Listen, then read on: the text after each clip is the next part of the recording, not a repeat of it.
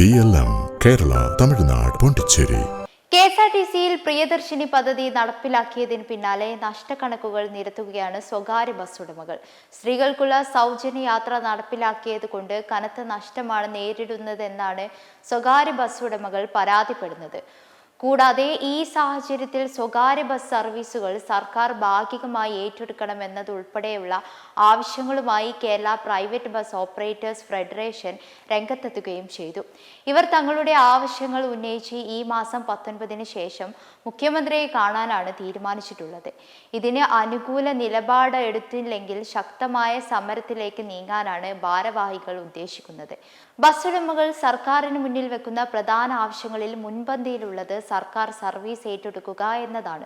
സ്വകാര്യ ബസ്സുകളുടെ പ്രതിദിന കളക്ഷൻ സർക്കാരിന് നൽകുകയും എന്നാൽ പകരം 1 കിലോമീറ്ററിന് 55 രൂപ നിരക്കിൽ പ്രതിദിനം കിലോമീറ്റർ അടിസ്ഥാനത്തിൽ സർക്കാർ ബസ് ഉടമകൾക്ക് തുക നൽകി സർവീസ് നടത്തണമെന്നതാണ് ആവശ്യം. 1 കിലോമീറ്റർ ഓടിക്കാൻ നിലവിൽ 50.65 രൂപ ചെലവുണ്ടെന്നാണ് ഉടമകൾ അവകാശപ്പെടുന്നത്. അതുപോലെ സൗജന്യ യാത്രയ്ക്ക് സബ്സിഡി എന്നതും ഇവരുടെ ആവശ്യത്തിൽ ഉണ്ട്.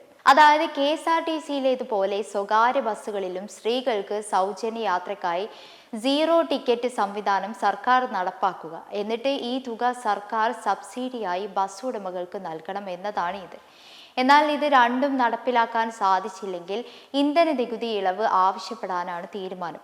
സ്വകാര്യ ബസ്സുകൾക്ക് പകുതി വിലയ്ക്ക് ഇന്ധനം ലഭിക്കുകയും റോഡ് നികുതി പൂർണ്ണമായി ഒഴിവാക്കി നൽകുകയും ചെയ്യുന്ന ഒന്നാണിത്.